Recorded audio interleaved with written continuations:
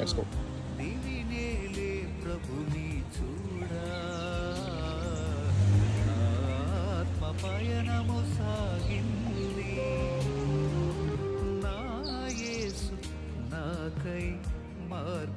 This is grape wine.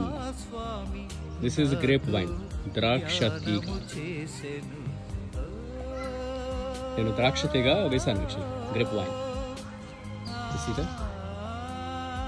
మాకు యాక్చువల్గా winter అయిపోయింది, ఇప్పుడు స్ప్రింగ్ అనమాట.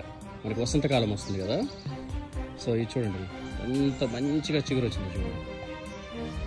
సో చిగురే కాదు, మీరు చూస్తే రేపు తాలూకు గుత్త కూడా వస్తుంది.